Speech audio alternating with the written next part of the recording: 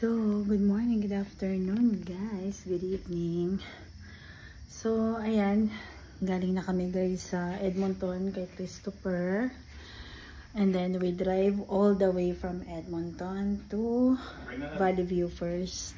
We drop Jollibee bucket chicken and palabok and cheeseburger to the kids. And then we gave 6 pieces chicken to my brother and the kids with 2 mashed potato and 4 cheeseburgers to my brother and the kids, guys. So right now we're here in Grand Prairie Silvercrest Hotel, guys. So we booked in for just one night because we're so tired, guys.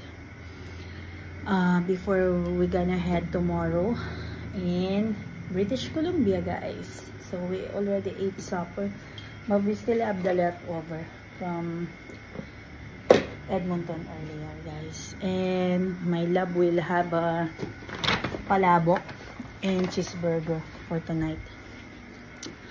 Okay guys, that's it. So I wanna show you our room for the price of $92 and something cents, guys. How do you feel about the how's the vibe here, Habibi? That's okay. Ambience 10/10. Ambience 5. 5. Okay, yeah, because it's a budget hotel, guys. It's cute. Yeah, it's cute.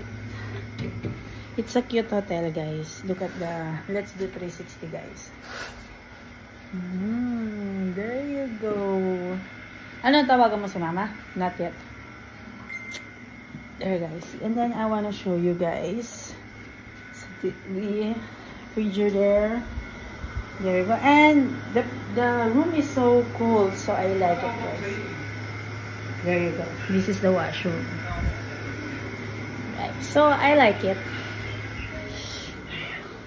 It's a good venue for the price of $92, guys.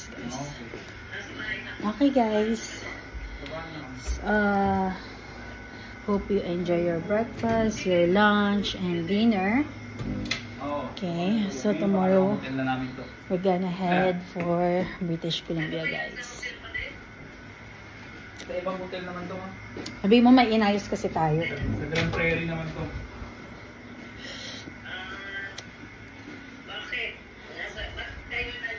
My husband is talking to my mother-in-law, guys. Okay, guys, that's it. Thank you for watching. We're gonna have a rest now, guys. We had our dinner at the Grand Prairie Mall at Edu.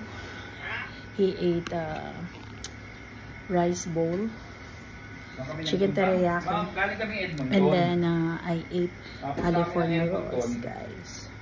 So we're gonna have a shower and then ready for bed, guys. That's it. Thank you for watching, guys, and we'll update you as soon as we drive tomorrow, start driving tomorrow, and if we have a lot of time. Okay, guys, thank you so much. I love you. Thank you for subscribing and thank you for your time watching, guys. For those who are not yet subscribed, please click like and subscribe and share our video, guys. Thank you. And by the way, I just want to let you see the ambience here. So kaya umuwi muna kami ulit. There, guys.